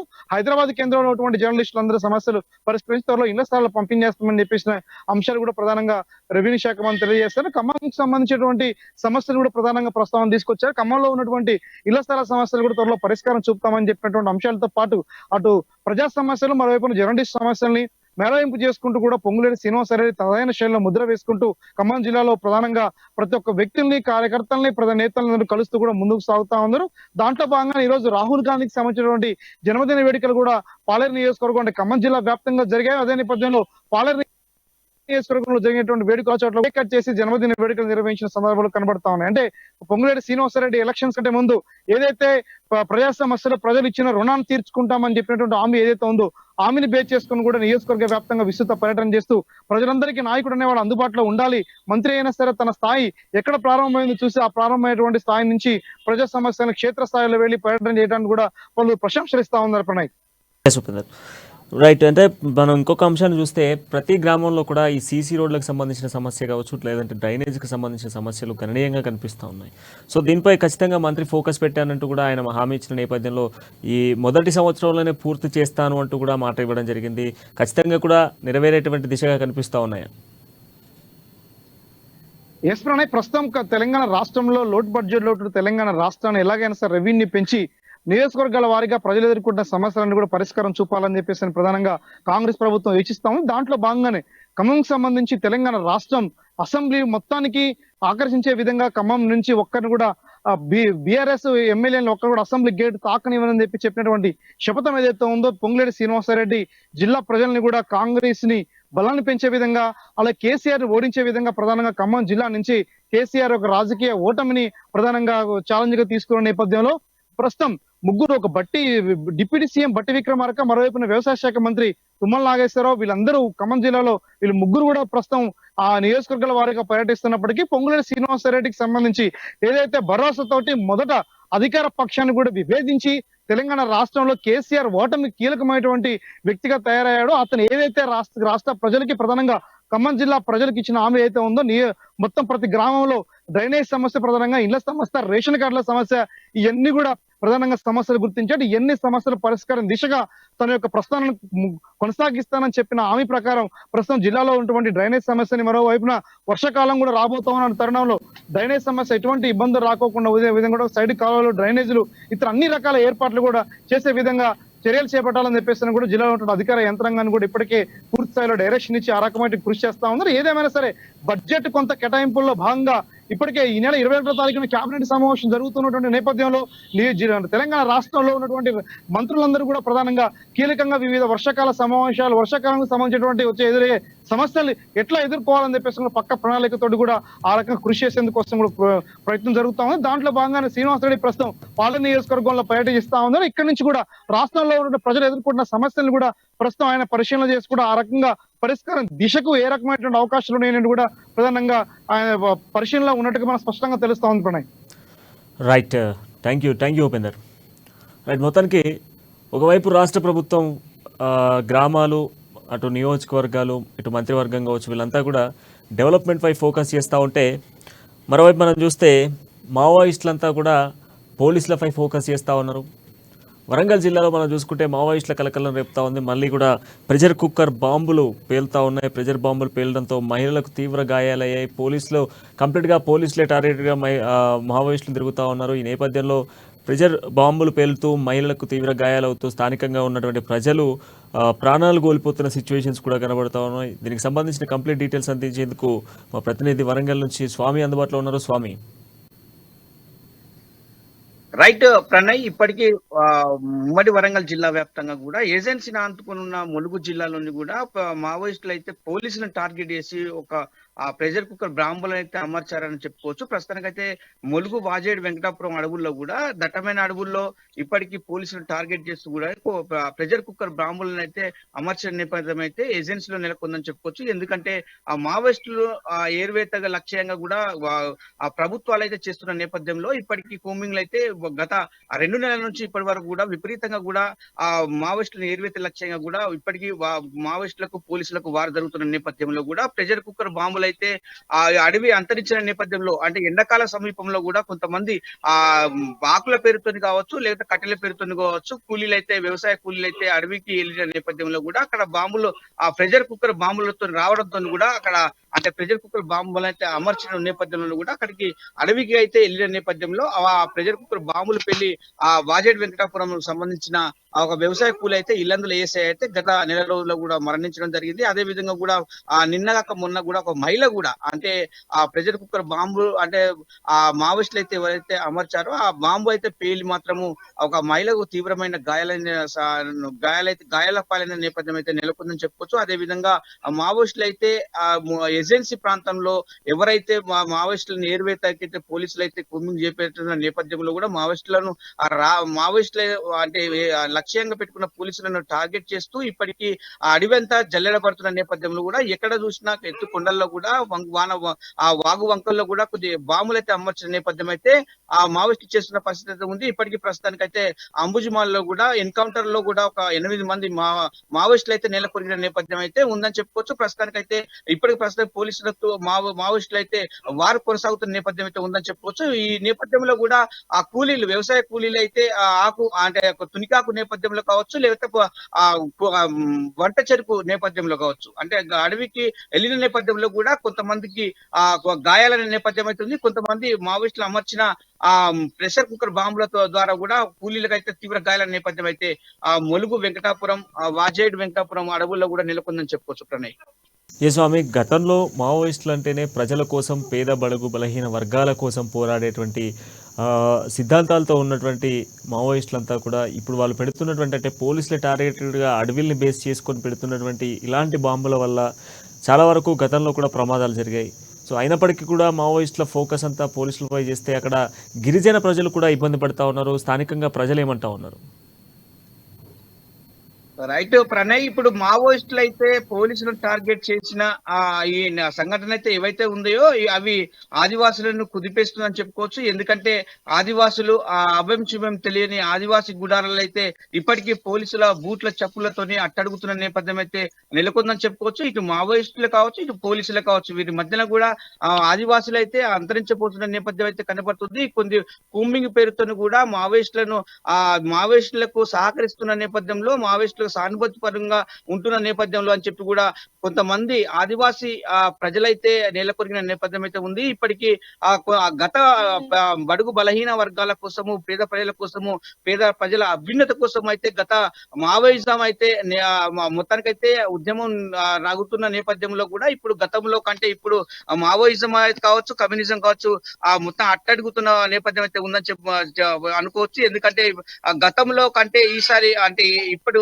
సమాజంలో కూడా చాలా మావోయిజాన్ని కావచ్చు, కమ్యూనిజాన్ని కావచ్చు కొద్దిగా దూరం పెడుతున్న నేపథ్యం అయితే కనపడుతుంది. గత చరిత్రలో చదివినా గానీ మావోయిస్టుల ఉద్యమాలు చరిత్రహీనంగా మారాయని చెప్పి కూడా పోలీసులు ఒక పక్క గత ఉద్యమాన్ని మర్చిపోయి కూడా జనజీవుల స్రవంతిలో కలిసేది కూడా కొంతమంది మావోయిస్టులు అయితే చేరుతున్న పరిస్థితి అయితే ఉంది. ఎందుకంటే ఇప్పుడు గత చరిత్రకును ఈ నూతన సమాజానికి కూడా మొత్తానికైతే కమ్యూనిజం అయితే అంతరించిన నేపథ్యం అయితే కనపడుతుందని చెప్పుకోవచ్చు. గతం కంటే ఈసారి కూడా ఈ సమాజంలో కూడా చాలా వరకు కూడా మావోయిస్టులు అయితే నెలకొరిగారని చెప్పుకోవచ్చు. ఎందుకంటే రాను రాను సిద్ధాంతాలు అయితే కనుమరుగైపోతున్న నేపథ్యం అయితే ఉందని చెప్పుకోవచ్చు. ప్రస్తుతానికైతే అంటే కమ్యూనిస్టులు అయితే చాలా వరకు కూడా ఇటు మామూలుగా సాధారణంగా జనజీవన స్రవంతిలో కలవడానికి అయితే చాలా ఉద్యమకారులు అయితే మొత్తానికైతే జనజీవన స్రవంతిలో కలిసి కూడా పోతున్న నేపథ్యం అయితే ఉంది. కొంత మావోయిజానికి అయితే చాలా మంది వరకు దూరంగా ఉన్న నేపథ్యం అయితే ఉందని చెప్పుకోవచ్చు. ఎందుకంటే ఇటు పక్క ఛత్తీస్గఢ్ కావచ్చు, జార్ఖండ్ కావచ్చు, ఇటు మహారాష్ట్ర కావచ్చు, సరిహద్దుల్లో మాత్రము ఏళ్ల మీద లెక్క పెట్టవచ్చు. ఎందుకంటే మావోయిస్టులకు సహకరించే వారు కరువైపోతున్న నేపథ్యం అయితే ఉంది. ఎందుకంటే ఉద్యమాలు అయితే రోజు రోజుకు ఉద్యమాలు అయితే నీరు గారిపోతున్న నేపథ్యం అయితే ఉందని చెప్పుకోవచ్చు. ఎందుకంటే ఆదివాసీ గుడారాల్లో కూడా కొంత మాత్రమే ఇప్పుడు మా ఉద్యమాన్ని అయితే అనుసరించే నేపథ్యంలో కూడా మావోయిజాన్ని అయితే చాలా వరకు దూరం పెడుతున్న నేపథ్యం అయితే ఉంది. ఆదివాసుల గుడారాల్లో కూడా ఇప్పటికీ పోలీసుల బూట్ల చెప్పులు కావచ్చు, పోలీసులతో కూడా చాలా మంది అయితే ఆదివాసీ గుడారాల్లో కూడా ఎన్కౌంటర్ అంటే అమాయక ప్రజలైతే చాలా మంది ఎన్కౌంటర్ అసలు భాషలని చెప్పుకోవచ్చు. ఎందుకంటే మావోయిజాన్ని దూరంగా ఉండాలని చెప్తున్న పరిస్థితి ఉంది. పోలీసులకు అయితే ఆదివాసీ ఏజెన్సీ ప్రాంతాలలో కూడా చాలా మెరుగైన మొత్తం ఉద్యోగ అవకాశాలు కావచ్చు, వారికి ఆదివాసీ ప్రజలకు కావచ్చు చాలా అభ్యున్నతిగా పనిచేస్తున్న నేపథ్యం అయితే ఉంది. చాలా అప్పటికి ఇప్పటికి అయితే మావోయిజం అంటే సిద్ధాంతాలు అయితే మరుగుపడుతున్నాయని చెప్పుకోవచ్చు Pranay. Yes, thank you Swami. Right, ఒకవైపు మావోయిస్టుల కలకలాలు వరంగల్ జిల్లాలో కొనసాగుతూ ఉంటే మరోవైపు కాంగ్రెస్ పార్టీకి సంబంధించి కాంగ్రెస్ పార్టీలో కొంత శాసన మండలిపై కాంగ్రెస్ పార్టీ ఫోకస్ చేసినట్టుగా తెలుస్తోంది. దాదాపు 12 మంది ఎమ్మెల్సీలను పార్టీలో చేర్చుకునేందుకు కంప్లీట్గా కూడా కాంగ్రెస్ పార్టీ సన్నిహితం చేస్తున్న సిచ్యువేషన్స్ మరోవైపు కనబడతా ఉన్నాయి. ప్రస్తుతం ఉన్నటువంటి సిచ్యువేషన్స్లో ఏదైతే శాసన మండలి చైర్మన్గా ఉన్నటువంటి గుప్తా సుఖేందర్ రెడ్డి కొంత అసంతృప్తిగా ఉన్న నేపథ్యంలో బీఆర్ఎస్ పార్టీపై కొంత ఈ నేపథ్యంలోనే ఫోకస్ అంతా కూడా ఎమ్మెల్సీలపై పడ్డట్టుగా తెలుస్తూ ఉంది. ఎమ్మెల్సీలందరినీ కూడా దాదాపు బీఆర్ఎస్ పార్టీ నుంచి దాన్ని కంప్లీట్గా కూడా కాంగ్రెస్ పార్టీలోకి చేర్చుకునేందుకు సీఎం రేవంత్ రెడ్డి ఫోకస్ చేస్తున్నట్టుగా తెలుస్తోంది. దీనికి సంబంధించిన కంప్లీట్ డీటెయిల్స్ అందించేందుకు మా ప్రతినిధి హరీష్ అందుబాటులో ఉన్నారు. Harish. Right, thank you Pranay. Congress పార్టీకి సంబంధించి కూడా ఆపరేషన్ ఆకర్ష్ను స్పీడప్ చేసింది. ఇప్పటికే 17 మంది పైగా ఎమ్మెల్యేలకు సంబంధించి బీఆర్ఎస్ పార్టీకి చెందిన ఎమ్మెల్యేలు కాంగ్రెస్ పార్టీలోకి తీసుకొచ్చేందుకు కూడా వ్యూహాత్మకంగా వెళ్తున్న నేపథ్యంగా ఒక చర్చలు జరుగుతున్న నేపథ్యం కనిపిస్తుంది. ఇప్పటికే ఏదైతే ఉమ్మడి రంగారెడ్డి కావచ్చు, ఉమ్మడి హైదరాబాద్కి సంబంధించి మొత్తంగా ఆరుగురు ఎమ్మెల్యేలకు సంబంధించి కూడా బీఆర్ఎస్ పార్టీని వీడి కాంగ్రెస్ పార్టీలోకి వచ్చేందుకు సానుకూలంగా వ్యక్తపరుస్తున్నట్టుగా తెలుస్తున్న నేపథ్యం ఉంది. దీంట్లో భాగంగానే ఇప్పటికీ 2 దఫాలుగా కూడా చర్చలు జరిగినట్లు తెలుస్తున్న నేపథ్యం కనిపిస్తుంది. ప్రధానంగా మొత్తంగా 15 మందికి పైగా ఎమ్మెల్యేల పైన కూడా కాంగ్రెస్ పార్టీ గురిపెట్టింది. ఎందుకంటే గత అసెంబ్లీ ఎన్నికలకు సంబంధించి కూడా బీఆర్ఎస్ పార్టీ ఇదే విధానాన్ని కూడా అనుసరించింది. అప్పుడు కాంగ్రెస్ పార్టీకి సంబంధించిన ఎమ్మెల్యేలు కూడా బీఆర్ఎస్ పార్టీలో తీసుకున్న నేపథ్యం అనేది దానికి రిటర్న్ గిఫ్ట్ ఇచ్చేందుకు ఇప్పుడు సీఎం రేవంత్ రెడ్డి సన్నిద్ధమయ్యారు. దాంట్లో భాగంగా ఇక్కడ ఎమ్మెల్యేలు కావచ్చు, ఎమ్మెల్సీల పైన కూడా ఫోకస్ చేసిన నేపథ్యం కనిపిస్తుంది. ఇక మొత్తంగా అసెంబ్లీ సమావేశాలకు ముందే రిటర్న్ గిఫ్ట్ ఇచ్చేందుకు కాంగ్రెస్ పార్టీ సిద్ధమవుతున్న నేపథ్యం అనేది ఇప్పటికీ ఆ ఎమ్మెల్యేలతో కూడా టచ్లో ఉంటారు. కీలక మంత్రి కూడా వాళ్ళతో మంతనాలు జరుపుతున్నారు. వాళ్ళకి సంబంధించిన హామీలను కూడా వింటున్న నేపథ్యం కనిపిస్తుంది. ఇప్పుడు బీఆర్ఎస్ పార్టీకి సంబంధించిన కూడా ఆ ఎమ్మెల్సీలు 14 మంది ఎమ్మెల్సీలతో కూడా టచ్లో ఉంటున్న నేపథ్యం కనిపిస్తుంది. ఎందుకంటే అసెంబ్లీ ఎన్నికలకు సంబంధించి కావచ్చు, కాంగ్రెస్ పార్టీ ఏదైతే గెలుపు తర్వాత సమీకరణం మారుతూ వస్తున్న నేపథ్యం కనిపిస్తుంది. బీఆర్ఎస్ పార్టీని వీడి కాంగ్రెస్ పార్టీలోకి వస్తున్న నేతలు ఉన్నారు. సిట్టింగ్ ఎమ్మెల్యేలు కావచ్చు, ఇప్పటికే ఆ సిట్టింగ్ ఎమ్మెల్యేలు 3 సిట్టింగ్ ఎమ్మెల్యేలు వచ్చారు. దానం నాగేందర్, అలాగే కడియం శ్రీహరి, భద్రాచలం ఎమ్మెల్యే తెల్లం వెంకట్రావు.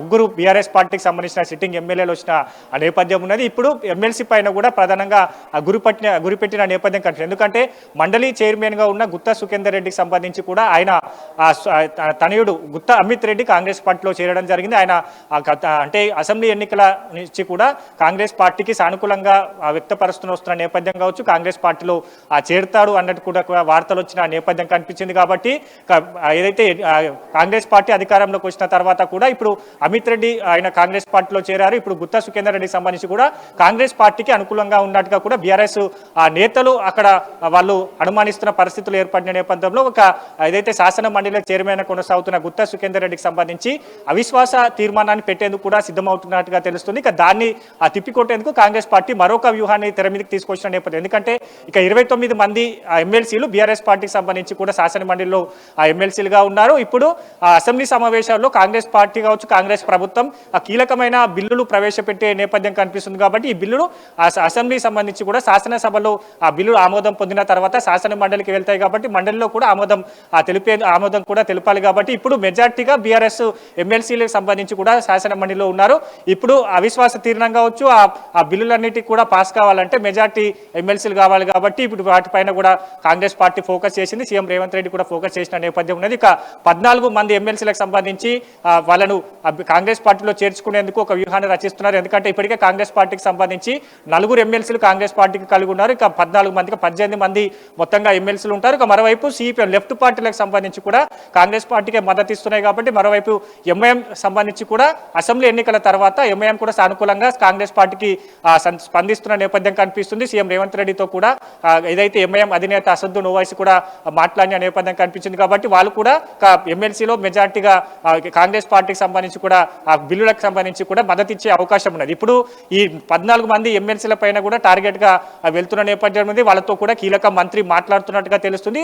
వాళ్ళకి సంబంధించి కూడా కానీ పలు షరతులు కూడా పెడుతున్నట్టుగా తెలుస్తుంది. ఎందుకంటే ఎమ్మెల్సీ పదవికాలకు సంబంధించి కూడా పదవికాలం పూర్తవుతున్న నేపథ్యం కనిపిస్తుంది. కాబట్టి వాళ్ళు కొంతవరకు ఏదైతే పదవీకాలం పెంచితే మేము కాంగ్రెస్ పార్టీలోకి వస్తామన్నట్టుగా కూడా వాళ్ళు చెప్తున్న నేపథ్యం అనేది.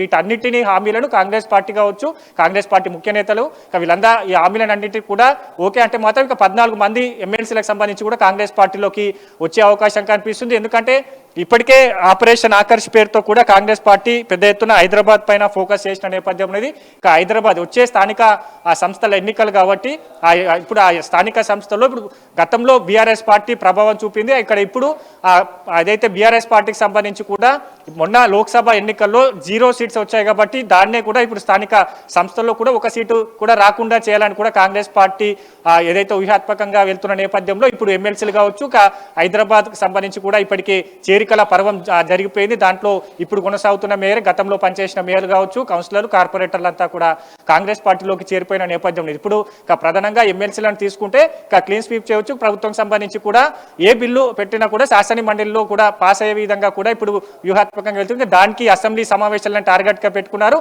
కేసీఆర్ కి, మాజీ సీఎం కేసీఆర్ కి రిటర్న్ గిఫ్ట్ ఇచ్చేందుకు సీఎం రేవంత్ రెడ్డి సిద్ధమవుతున్నట్టుగా తెలుస్తుంది. ప్రణయ్, ఎస్ హరీష్, ఇంకొక పాయింట్ ఏంటంటే గతంలో కూడా శాసన మండలికి సంబంధించినటువంటి అంశాల్లో గత బీఆర్ఎస్ ప్రభుత్వం అధికారంలో ఉన్నప్పుడు కూడా కొంత లెఫ్ట్ పార్టీస్ కావచ్చు, మీరు అన్నట్టుగా ఎంఐఎం కావచ్చు, లేదంటే కాంగ్రెస్ పార్టీకి సంబంధించిన వాళ్ళని కూడా ఆపరేషన్ ఆకర్ష్ అనేటువంటి పేరుతో కంప్లీట్గా కూడా క్లీన్ స్వీప్ చేసేటువంటి ప్రయత్నం చేశారు. కంప్లీట్గా బీఆర్ఎస్ పార్టీ కూడా ఏ పథకం అమలు చేయాలనుకున్నా కూడా డైరెక్ట్గా అమలు చేసేటువంటి సంతకాలు చేస్తూ ముందుకు తీసుకొచ్చిన పరిస్థితులు ఉన్నాయి. అటు అసెంబ్లీలో కావచ్చు, లేదంటే శాసన మండలిలో కూడా కంప్లీట్గా కూడా బీఆర్ఎస్ ముందుకు వెళ్ళేటువంటి ప్రయత్నం చేస్తుంది. సో ఇప్పుడు అదే ప్రయత్నాన్ని కంప్లీట్గా కూడా కాంగ్రెస్ చేయబోతుంది అని చెప్పుకోవచ్చా? ఈ అసెంబ్లీ బడ్జెట్కి సంబంధించి ఇటు బడ్జెట్ సమావేశాలు కావచ్చు, లేదంటే రాబోతున్నటువంటి అసెంబ్లీ సమావేశాల వరకు కూడా కంప్లీట్గా ఇప్పుడు నూతన పథకాలు దాదాపుగా కూడా 400 పైచిలకు ఇచ్చినటువంటి హామీలు ఉన్నాయి వాళ్ళ మేనిఫెస్టోలో, కాంగ్రెస్ పార్టీకి సంబంధించిన మేనిఫెస్టోలో. సో ఆల్మోస్ట్ ఇవన్నీ ఇంప్లిమెంట్ చేయాలి అని అంటే, కంప్లీట్గా ఆమోదం తెలపాలి అని అంటే శాసన మండలి కూడా ఆమోదం తెలిపితేనే ఆ బిల్లు పాస్ అయ్యేటువంటి అవకాశం ఉంది. సో ఈ బిల్స్ అన్ని పాస్ చేసేందుకోసమే ఈ complete clean sweep operation Akarsh అనుకోవచ్చా?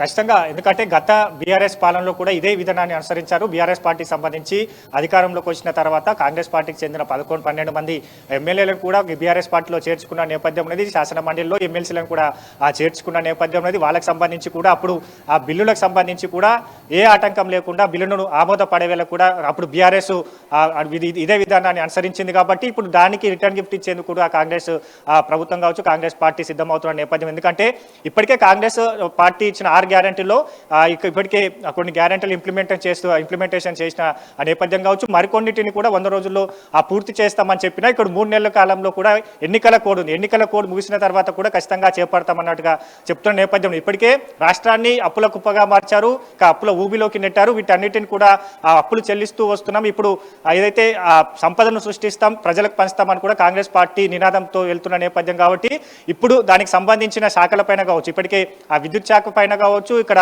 మిగతా శాఖల పైన కూడా శ్వేతపత్రం విడుదల చేస్తూ వచ్చింది. ఇక దాంట్లో గత ప్రభుత్వం అనుసరించిన విధానాలు కావచ్చు, గత ప్రభుత్వం రాష్ట్ర ప్రజాధనాన్ని ఎలా వృధా చేసిన దానిపైన కూడా శ్వేతపత్రాన్ని విడుదల చేశారు. ఇక వీటన్నిటిని కూడా గత అసెంబ్లీలో కూడా విడుదల చేసిన నేపథ్యం ఉన్నది కాబట్టి ఇప్పుడు ఏదైతే కాంగ్రెస్ పార్టీ ఇచ్చిన హామీలు కావచ్చు, మేనిఫెస్టోలో ఇచ్చిన హామీలు కావచ్చు, ప్రజలకు సంబంధించి సంక్షేమ పథకాలకు సంబంధించిన ఏదైతే మిగతా వాటన్నిటికి సంబంధించి కూడా దానికి సంబంధించిన బడ్జెట్ను కూడబట్టే పనిలో పడ్డది కాబట్టి ఇప్పుడు దానికి సంబంధించి కూడా అసెంబ్లీలో పలు కీలకమైన బిల్లులు పెట్టే అవకాశం ఉన్నది. ఇక దానికి సంబంధించి కూడా శాసన మండలిలో కూడా ఆ బిల్లుకు ఆమోదం పడాలి కాబట్టి దాంట్లో ఎలాంటి ఆటంకం ఏర్పడకుండా కూడా ఇట్లాంటి వ్యూహాత్మకంగా వెళ్తున్న నేపథ్యం ఉంది. ఇప్పటికే 17 మందికి పైగా ఎమ్మెల్యేలు టచ్లో ఉన్నారు. వాళ్ళకి సంబంధించి కూడా ఇప్పటికే బీఆర్ఎస్ పార్టీకి సంబంధించి రాష్ట్రంలో బలహీన పడ్డది, బీఆర్ఎస్ పార్టీని కూడా వీడుతున్న నేపథ్యం కనిపిస్తుంది. ఇక సిట్టింగ్ ఎమ్మెల్యేలతో పాటుగా ఏదైతే సంబంధించి కూడా హరీష్, ఇంకొకటి ఏంటంటే కాలే ఆదాయ కూడా ఆల్రెడీ నిన్న గడ్డం ఏదైతే స్పీకర్తో భేటీ అయినట్టుగా తెలుస్తూ ఉంది. రేవంత్ రెడ్డి సమక్షంలో త్వరలోనే పార్టీని మారుతా అన్నటువంటి మాటలు కూడా కనిపిస్తూ ఉన్నాయి. నిజంగానే కాలే ఆదాయతో పాటుగా మరొక ఎమ్మెల్యే కూడా ఈ 2 రోజులలోనే పార్టీలో చేరేటువంటి అవకాశాలు కనబడుతున్నాయని చెప్తా ఉన్నారు. ఇది వాస్తవమైన రైట్? ఖచ్చితంగా కాలే ఆదాయతో పాటుగా మహబూబ్ నగర్ సంబంధించిన కూడా ఎమ్మెల్యే కూడా సీఎం రేవంత్ రెడ్డితో భేటీ అయిన నేపథ్యం అనేది. వాళ్ళకి సంబంధించి కూడా పార్టీలోకి వస్తామని గత కొద్ది రోజులుగా వార్తలు వస్తున్న నేపథ్యం అనేది. అనుచరులు కూడా పార్టీ మారాలని కూడా వాళ్ళను పట్టుబడుతున్న నేపథ్యం కనిపించింది. వాళ్ళ అనుచరులకు సంబంధించి కూడా పార్టీ మారితేనే భవిష్యత్తు ఉంటుంది. ఇప్పటికే బీఆర్ఎస్ పార్టీకి సంబంధించి కూడా పార్లమెంట్ ఎన్నికల్లో 0 స్థానాలు సొంతం చేసుకుంది కాబట్టి ఇప్పుడు పార్టీకి భవిష్యత్తు లేదు. గతం మళ్ళా వచ్చే అధికారంలో 10 ఏళ్ళు కాంగ్రెస్ పార్టీ ఉండబోతుంది. ప్రజల్లో కూడా వ్యతిరేకత ఉన్న నేపథ్యం కావచ్చు. గత ప్రభుత్వం 9.5 ఏళ్లుగా అధికారంలో ఉన్న బీఆర్ఎస్ పార్టీ సంక్షేమ పథకాలు కావచ్చు, ఇచ్చిన హామీలు కావచ్చు, వీటన్నిటిని విస్మరించిన నేపథ్యం అనేది. అన్ని ప్రవేశపెట్టిన పైలట్ ప్రాజెక్టులో కూడా 30% కమిషన్ తీసుకున్నట్టుగా కూడా వార్త ఆరోపణలు చేసిన నేపథ్యం స్వయంగా మాజీ సీఎం కేసీఆర్ వాటిని ఒప్పుకున్న నేపథ్యం కనిపించింది. కాబట్టి ఇదే ప్రజల్లో వ్యతిరేకత వస్తున్న నేపథ్యంలో వాళ్ళ భవిష్యత్తును ప్రశ్నార్థకంగా మారింది, భవిష్యత్తును వెతుక్కుంటున్నారు. కాబట్టి కాంగ్రెస్ పార్టీతోనే పార్టీ వీడాలని కూడా అనుచరులు కూడా పట్టుబడుతున్న నేపథ్యంలో మరికొంతమంది మొత్తంగా అంటే 15 మందికి పైగా ఎమ్మెల్యేలు టచ్లో ఉన్నారు. వాళ్ళతో కూడా మంతనాలు జరుపుతున్నారు. ఒక్కొక్కరు ఒక్కొక్క షరతు పెడుతున్న నేపథ్యం, ఒక్కొక్కరు హామీ కోరుతున్న ఆ నేపథ్యం కనిపించింది. దాంట్లో ఇప్పటికే మంత్రివర్గంలోకి తీసుకోవాలని కొంతమంది ఎమ్మెల్యేలు కూడా బీఆర్ఎస్ పార్టీకి సంబంధించిన ఎమ్మెల్యేలు కూడా పట్టుబడుతున్న నేపథ్యంలో మంత్రివర్గంలోకి తీసుకుంటే ఖచ్చితంగా కాంగ్రెస్ పార్టీలోకి వస్తామని కూడా చెప్తున్న నేపథ్యం కనిపిస్తుంది. మరోవైపు మంత్రివర్గ విస్తరణకు సంబంధించి కూడా వచ్చే నెలలో ఉండబోతుంది. కాబట్టి మంత్రివర్గ విస్తరణకు సంబంధించి ఇప్పుడు బీఆర్ఎస్ పార్టీ నుంచి తీసుకుంటే మాజీ మంత్రులుగా పనిచేసిన వాళ్ళు కూడా టచ్లో ఉన్నారు. కాబట్టి వాళ్ళను మంత్రివర్గంలోకి తీసుకున్నారనే ఆలోచనలో కూడా ఇప్పుడు పిసిసి భావిస్తున్న నేపథ్యం కనిపిస్తుంది. మొత్తంగా దీనికి సంబంధించి మరికొన్ని రోజుల్లో పెద్ద ఎత్తున చేరికలు ఉండబోతున్నాయి. 15 మంది పైగా ఎమ్మెల్యేలు కావచ్చు, ఇక్కడ 14 మందికి పైగా ఎమ్మెల్సీలు కాంగ్రెస్ పార్టీలోకి చేరుతున్నట్టుగా కూడా వార్తలు వస్తున్నాయి. దానికి సంబంధించి కూడా ఇప్పటికే రహస్య మంత్రాలు కావచ్చు, కాంగ్రెస్ పార్టీ ముఖ్య నేతలు కావచ్చు, ఒక కీ రోల్ పోషించే మంత్రితో కూడా మంత్రాలు జరుపుతున్న నేపథ్యం దీనికి సంబంధించి కూడా పెద్ద ఎత్తున మరికొన్ని రోజుల్లో ఆ చేరికలు ఉండే అవకాశం అయితే ఉంది. Pranay, right, thank you Harish. మొత్తానికైతే కాంగ్రెస్ పార్టీ ఫోకస్ చేస్తోంది. ఖచ్చితంగా కూడా బీఆర్ఎస్ పార్టీని క్లీన్ స్వీప్ చేయడమే టార్గెట్గా ముందుకెళ్తున్న సిచ్యువేషన్స్ ప్రధానంగా కనబడతా ఉన్నాయి. ఏదేమైనప్పటికీ అటు ఎమ్మెల్సీలు ఎమ్మెల్యేలను చేర్చేందుకు కంప్లీట్గా చేర్చుకునేందుకు సన్నాహాలు చేస్తూ పార్టీ మరింత బలోపేతం చేసేందుకు ఇచ్చినటువంటి హామీలు నెరవేర్చేందుకు కంప్లీట్గా కూడా కాంగ్రెస్ పార్టీ కసరత్తులు చేస్తున్న సిచ్యువేషన్స్ కనబడుతూ ఉన్నాయి. ఇక మరోవైపు బీజేపీకి సంబంధించి కూడా ఒక లేటెస్ట్గా మనం చూస్తే మంత్రి హోదాలో తొలిసారిగా కూడా రాష్ట్రానికి వచ్చినటువంటి కేంద్ర మంత్రి అయినటువంటి బండి సంజయ్కి బీజేపీ శ్రేణులు బ్రహ్మరథం పడుతూ ఉన్నారు. కరీంనగర్లో ఘన స్వాగతం పలుకుతూ అభిమానులు ఆయనను ఊరేగింపుగా కూడా కరీంనగర్ అంతా తిప్పిన సిచ్యువేషన్స్ కనబడుతూ ఉన్నాయి. మరోవైపు మనం చూసుకుంటే రేపు రాష్ట్రానికి మరొక మంత్రి కూడా రాబోతా ఉన్నాడు. కిషన్ రెడ్డి రేపు బేగంపేట ఎయిర్పోర్ట్కు రాబోతా ఉన్న నేపథ్యంలో ఇప్పటికే పార్టీ శ్రేణులంతా కూడా పెద్ద ఎత్తున సంబరాలు జరిపేందుకు ఘనంగా స్వాగతం పలికేందుకు ఏర్పాట్లు చేస్తూ ఉంటే, మరోవైపు మనం చూస్తే దాదాపు బేగంపేట నుంచి పార్టీ కార్యాలయం వరకు కూడా పెద్ద ఎత్తున ఊరేగింపుతో రావడంతో పాటుగా మొన్న జరిగినటువంటి ఎన్నికల్లో గెలిచినటువంటి ఇటు ఎమ్మెల్యేలు అదేవిధంగా ఎంపీలతో పాటు ఎమ్మెల్సీలకు పార్టీ నేతలు సన్మానాలు చేసేటువంటి అవకాశాలు కనబడతా ఉన్నాయి. దీనికి సంబంధించిన కంప్లీట్ డీటెయిల్స్ అందించేందుకు బ్యూరో చీఫ్ కృష్ణమూర్తి అందుబాటులో ఉన్నారు. ఆయనతో మాట్లాడుతున్న కృష్ణమూర్తి. Thank you Pranay. మొన్న జరిగినటువంటి లోక్సభ ఎన్నికల్లో తెలంగాణ నుంచి బీజేపీకి సంబంధించి 8 మంది ఎంపీలు గెలిచారు. ఇందులో 2 మంత్రి పదవులు తగ్గాయి.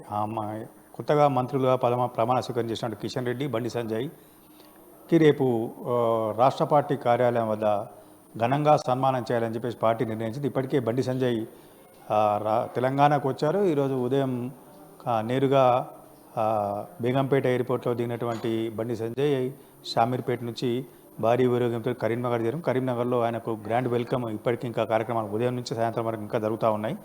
అయితే ఇప్పుడు కిషన్ రెడ్డి రేపు అంటే ఈరోజు వాస్తవానికి ముందుగా పార్టీ నిర్ణయించిన ప్రకారంగా పార్టీ ప్రకటన ప్రకారం ఈరోజు 2 మంత్రులు వస్తారు. 2 మంత్రికి ఘన సన్మానం చేద్దామని పార్టీ భావించింది.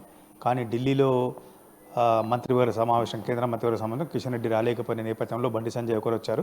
రేపు కిషన్ రెడ్డి కూడా రాష్ట్రానికి రాబోతున్నారు. కిషన్ రెడ్డి రేపు సాయంత్రం 4 గంటలకు బేగంపేట ఎయిర్పోర్ట్లో ల్యాండ్ కాగానే అక్కడే భారీ ఎత్తున రిసెప్షన్ జరిపి అక్కడ సన్మానం చేసి ఆ తర్వాత భారీ ఊరేగింపుతోటి పార్టీ రాష్ట్ర కార్యాలయం నాంపల్లిలోని పార్టీ రాష్ట్ర కార్యాలయం తీసుకురావాలని పార్టీ శ్రేణులు నిర్ణయించాయి. ఇందులో ఎంపీలు ఎమ్మెల్యేలు పాల్గొంటారు.